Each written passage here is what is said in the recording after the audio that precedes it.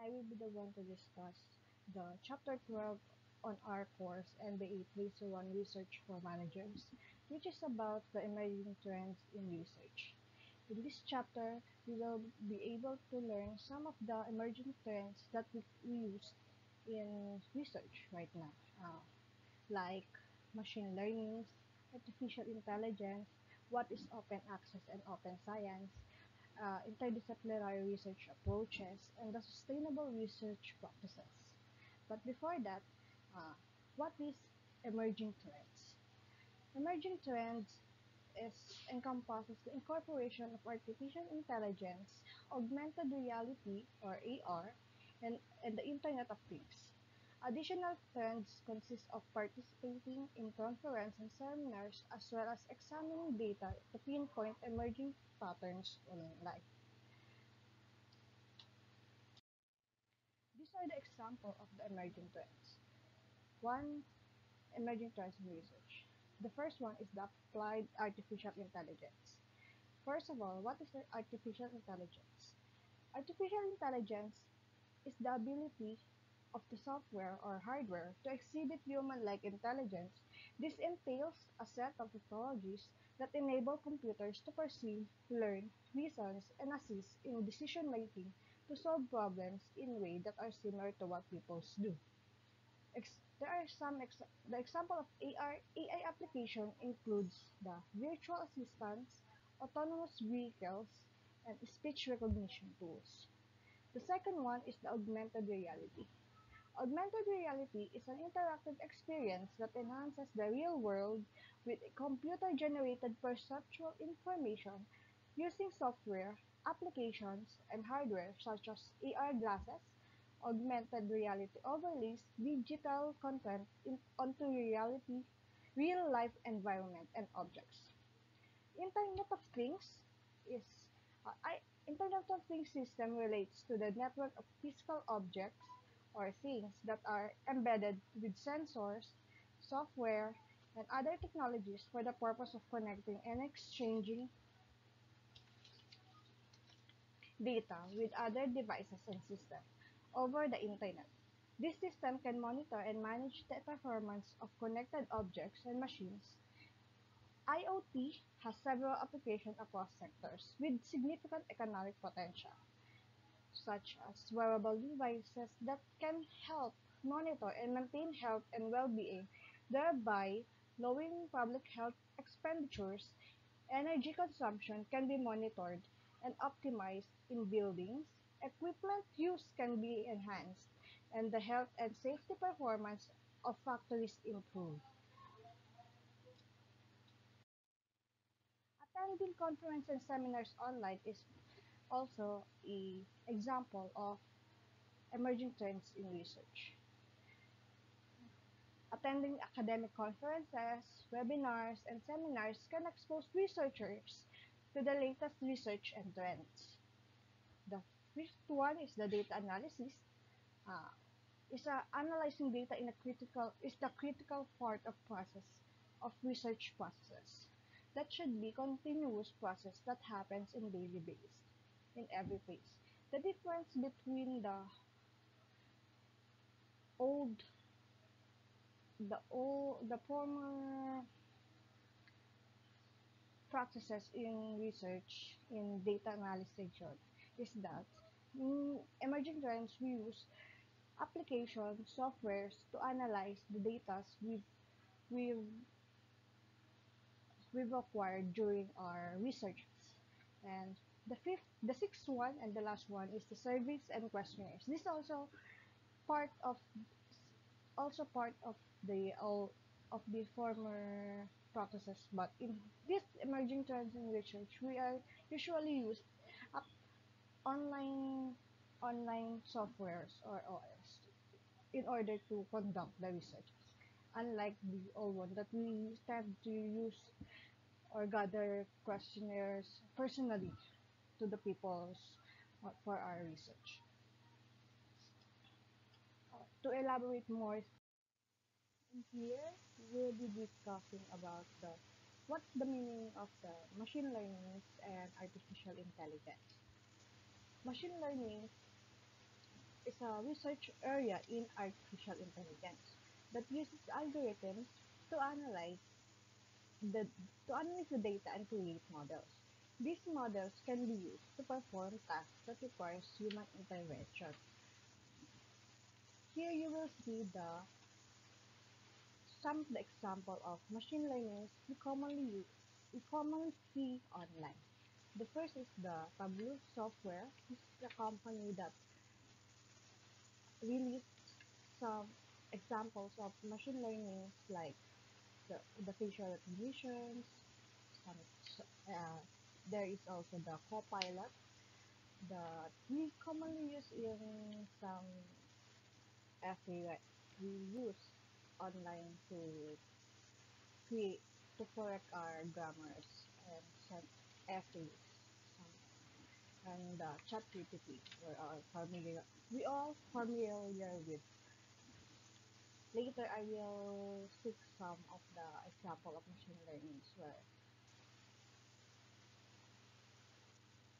so machine learning research involves creating algorithms that analyze data patterns to generate models for a specific task. Like I've said in the facial recognition, it was it's a machine learning create to recognize that we commonly use some of the gadgets is it uses facial recognition like phones like right now. It has automatic facial recognition. What that is a machine in which we input on our model referring the our facial our facial effect to analyze that data. That if we are going to use the our mobile phones, it automatically opens if it scans the our face and other example is the biometrics such as that. Uh, machine learning machine learning research uses quantitative research method often with experimental research design. And the machine learning can involve processing non-traditional data such as images, text, audios, and videos.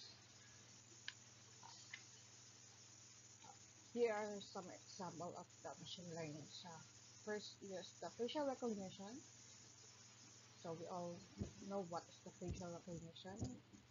The number two is the product recommendation. We usually see it. We usually see it in our shopping online shopping, like in Shopee and Lazada. They if we open it, machine learning is also already analyze the data with input there that we already search for this variety of items. So it automatically recommends products to us. And the third one is the email automation and spam filtering. So we also aware of that when we are opening our Google or Gmail. There is some emails that automatically in the spam section in which the machine learning tends to classify it as spam because of its email most commonly used for spam. It's in spam uncommon emails, so it is recorded to spam inbox like Google Mail. You see that. Uh, we are now in artificial intelligence. AI is used in research in a variety of ways, including analyzing large datasets to identify patterns, automating literature reviews, generating summaries of research papers, identifying relevant keywords, performing sentiment analysis on research articles, clustering related research topics, extracting citation, and assisting with the data visualizations, all of which can significantly improve research efficiency and lead to a new insight by speeding up the process and uncovering hidden connections within complex data sets. So these are AI techniques used in research. Number one is the natural language processing, analyzing and interpreting textual data to extract key information, summarize research paper, and translate between languages. Right now, we see in Google when we are searching some topics, like there's an automatic AI overview in which AI generated the posted research, all the posted sites regarding to the topic you are into. So it summarizes all that data in one viewing, but it includes the references in the side. You will see it in your Google when you are searching. AI overview on the left side and the right side is the site they it it acquire in the is the sites that acquire those information. So the second one, AI techniques used in research is the computer vision, analyzing visual data like images and videos to identify objects, detect patterns, and track movement.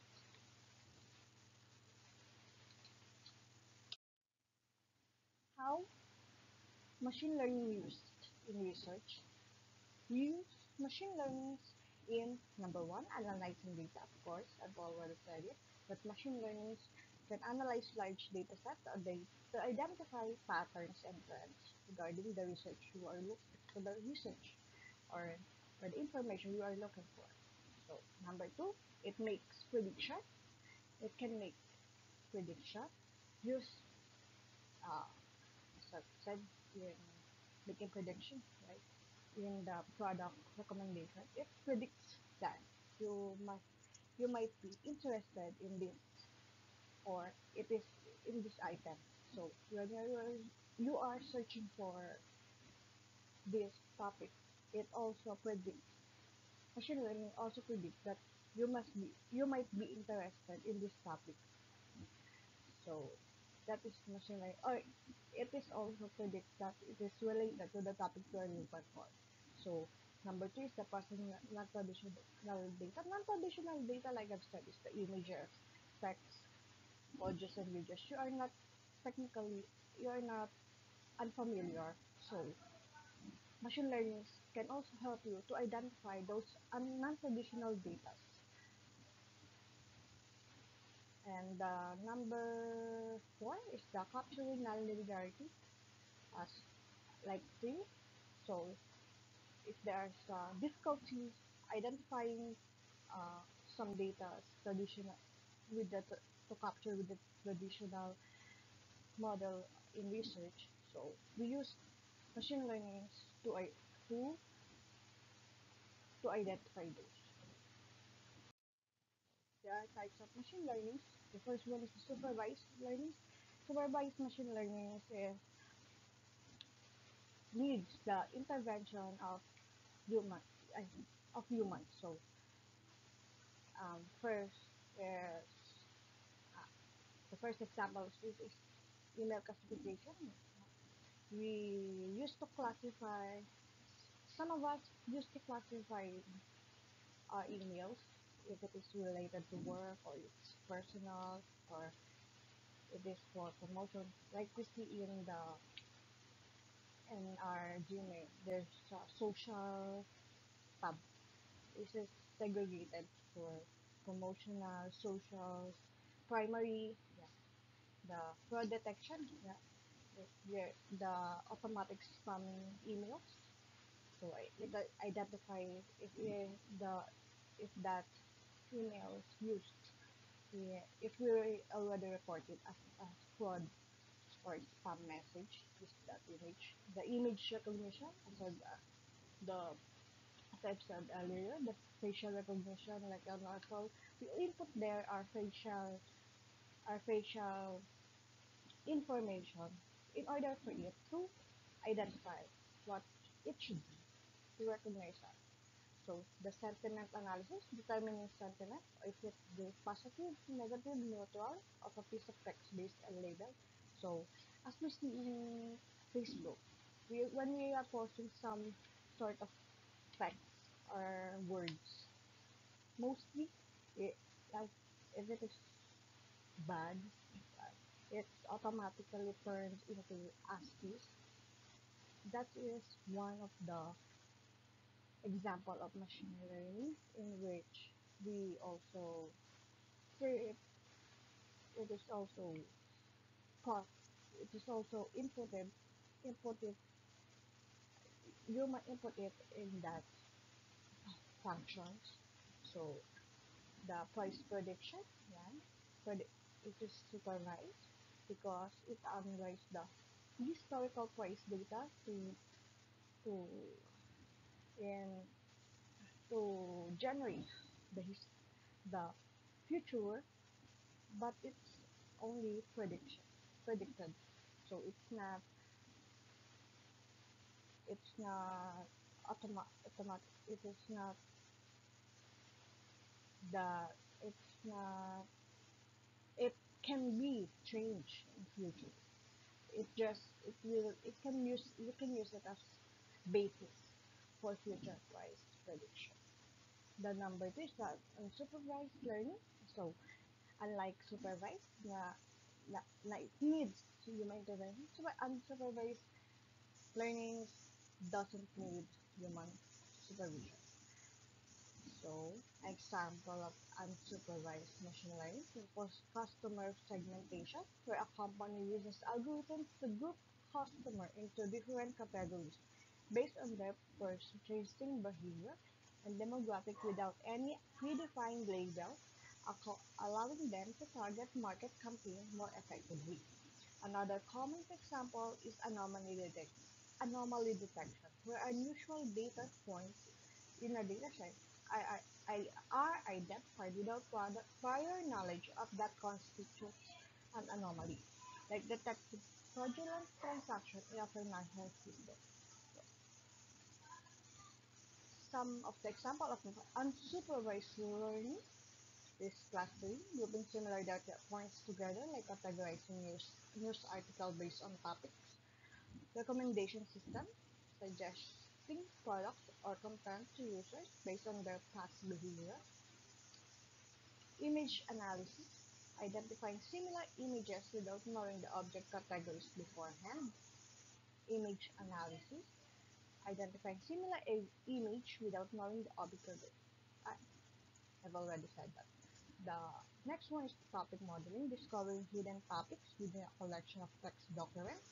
And the last one is the dimensionality reduction, reducing the number of features in a data set while preserving important information, reinforcement, and the last types of machine learning is the reinforcement learning. Yeah, it's the ML algorithms create plans of course or course of action based on constraints or rewards. So, reinforcement learning is a type of machine learning that where an agent learns to make decisions by interacting with its environment, retrieving feedback in the form of rewards or penalty for its action, and gradually advising its behavior to maximize the cumulative rewards over time, essentially mimicking a human trial and error learning process to achieve optimal outcomes in a given situation. The key points about reinforcement learning is the agent base. We also some of the government government site already has agent AI agent in which you were just going to ask questions. It generate questions. It is generate question that is commonly asked to the site or to the application, like in Gcash. If we have a problem, there is a question that if your concerns is related to this, that so what that is one example of reinforcement machine learning. So the second one is trial and error. The agent learns by identifying different actions and observing the result rewards or punishment. So the trial and error is different from given the agent. Is also the machine is being you input some regulation or rules there that is you input some data regards the what will it be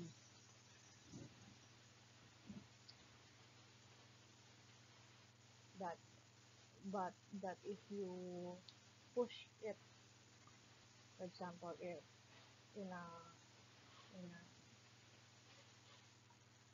in a some are acquired equipments at times removed,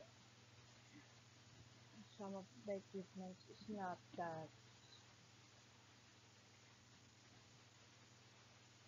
you are you are trying to put some unnecessary actions and observing the result or rewards. The reward signal the agent goal is to maximize the cumulative rewards it receives from the environment. No explicit label, unlike supervised learning, reinforcement learning does not require pre-labeled data, allowing the agent to learn from experience.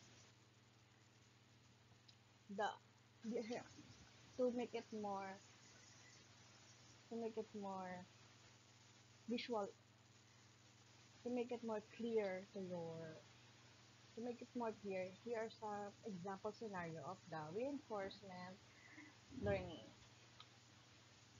Number one is the robot navigation. A robot learning to navigate the room by receiving positive reward for moving forward towards the desired destination and negative rewards for hitting the for obstacles. Number two example is the playing video game. The computer program learning to play a game by trying different actions and receiving feedback to end its performance based on game rules.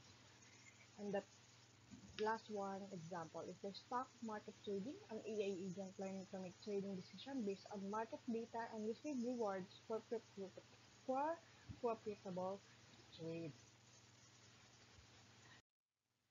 How artificial intelligence used in research. So here we are going to talk about how we use AI in research, in conducting research. Number one is the idea generation. AI can help researchers generate ideas by providing a list of related keywords or phrases. Number two is finding relevant information. AI can help researchers find relevant articles and papers by synthesizing information from large databases. Number three, writing research paper. AI can help researchers write research grant books and journal articles. Number four, analyzing data. AI can help researchers analyze data more efficiently and without bias. So it is not human inter doesn't mean that it's automatically generated all the data you've inputted it. So there's no bias in using AI. So number five is summarizing paper. It can help researchers save time summarizing complex papers, like I said a while ago. In Google, right now there is an AI overview there. It summarizes all the data in sites in different sites in Google. So number six is citing literature. AI can help researchers cite literature and keep their sources organized. There, there is benefits of AI in research. Artificial intelligence can help researchers tackle pressing societal challenges like climate change, health, and and the green and digital transition. Artificial intelligence can help researchers save time and produce outcomes beyond the reach of current tools. The last one is the AI can help researchers manage complex ideas and extensive information. If there is benefit, there's also a challenges in AI in research. Number one challenges in AI, there are challenges in academic integrity and AI human balance. And the number two challenges. Researchers needs to be involved in the use of AI during research and give consent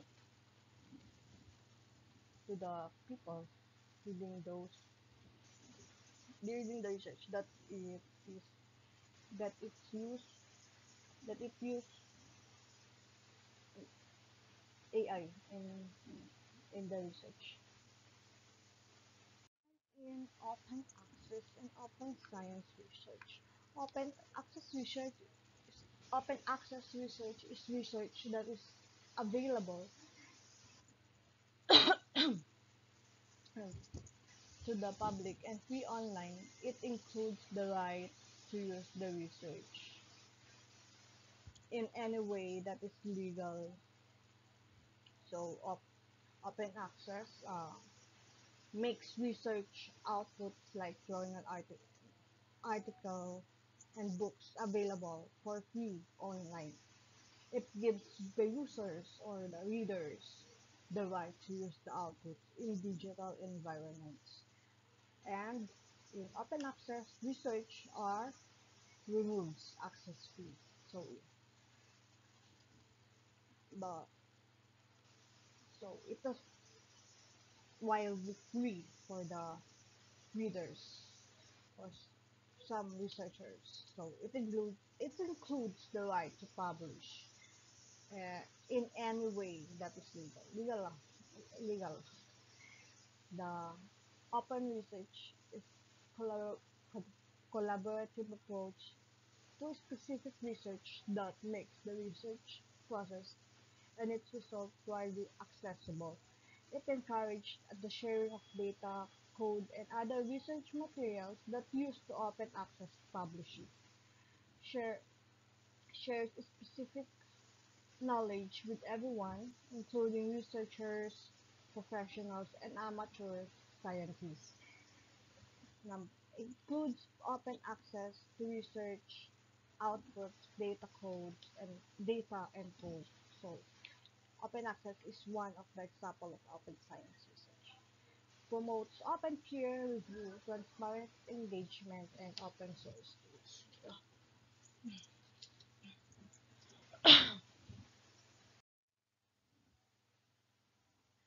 The goal of open science is number one, transparency. Open science makes research results and processes transparent and producible to everyone. Three, Number two, collaboration. Open science encourage collaboration and discussion among researchers. The number three is access. Open science makes research accessible to everyone, including non-professionals. And number four is speed. Open science can lead to faster scientific progress. So that's the goal of the open science. The example of open science research is the open data is a normal fields like astronomy and high energy physics.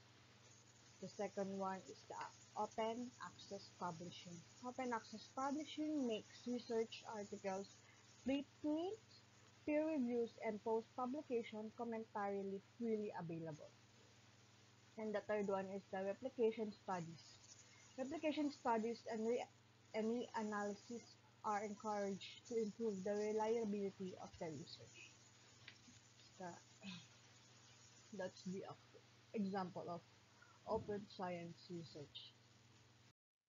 The advantages of open access and open science is number one, make research more accessible and easier to understand, promotes international and interdisciplinary collaboration, leads to quicker breakthrough and more informed decisions.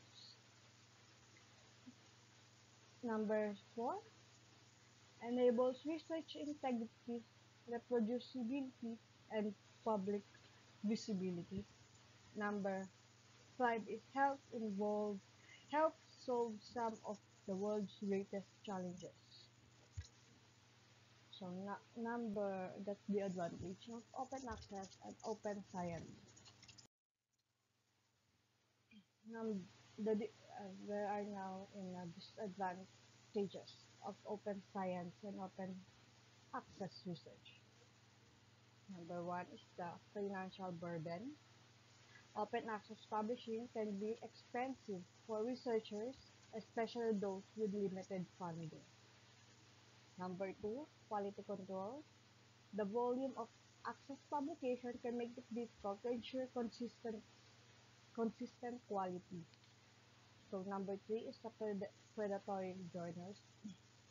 Some open access publishers may prioritize profit over academic integrity. Number four is the inequality in knowledge distribution. Open access publishing may not completely eliminate disparities in knowledge access. Number five is the barrier to participation. Factors like uncertainty, career stage, financial circumstances, and cultural context can create barriers to open science. Number six is greater scrutiny. Open science can lead to greater scrutiny of research, which can make it more difficult to respond to mistakes. Number seven is the technological challenges. There is, there is still work to be done to support research workflow towards more open practices. That's the all regards to open access and open. Let's go to the interdisciplinary research approaches. Interdisciplinary research approaches is a research approach that combines knowledge and methods from multiple disciplines to solve complex problems. It involves collaboration between experts and different fields to share their expertise and perspective. How it works: number one is identify a question. The researcher specify a question to be answered. So, number two is the gather information. The researcher consult information from multiple disciplines. Number three is synthesize information. The researcher brings together the information to form a complete explanation.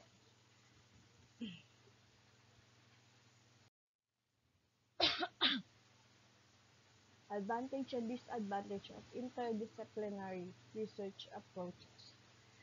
The ability to make connection between different concepts and ideas in the foundation of interdisciplinary research.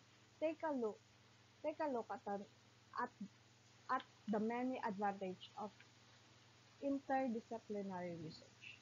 Number one, facilitates the active exchange of knowledge. Interdisciplinary research enables active knowledge and concept sharing between academics and researchers across different disciplines. By working collaboratively and pooling their knowledge and skills, researchers can achieve fresh insight, creating solutions in, and innovative breakthrough that would not have been possible through conventional discipline-specific approaches. Number two, addresses complex global challenges. Interdisciplinary research can help to address the real-world problems that requires a multidisciplinary approach. For instance, the looming threats that climate change poses to our world needs to be addressed by experts across different domains, including environmental science, geology, economics, and politics. This interdisciplinary approach is critical to address the impact of climate change and to mitigate its adverse effects on natural resources, agricultural production, and life on our planet.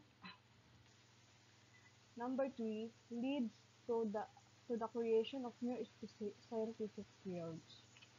Researchers can assist in identifying global issues and develop new scientific disciplines by collaborating with teams made up of experts in a variety of subject areas.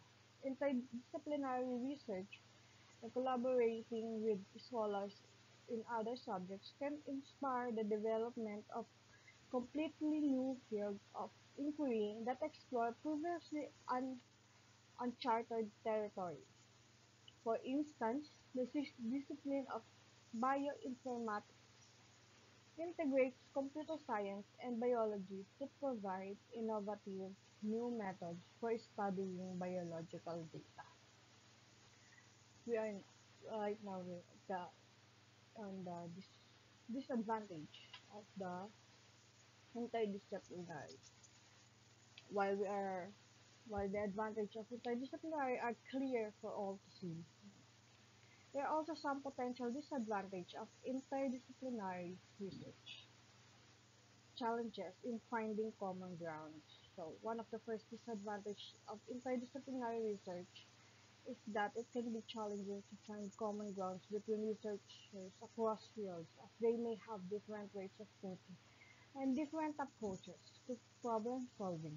This can lead to communication difficulties and disagreement about the purpose and direction of the research. The number two, resource intensive, time consuming research. Interdisciplinary research, unfortunately, frequently requires more time and resource than conventional discipline specific research.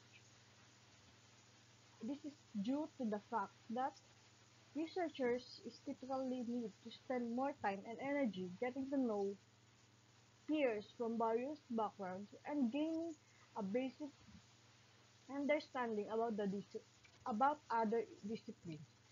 This also makes interdisciplinary research more difficult to fund and can lead to project delays. That's the that's all about the interdisciplinary research approach. Now, and a sustainable research practices. Sustainable research practices that includes use methods that includes using resources wisely, reducing waste, and considering the impact of the research on future generations. The sustainable research practices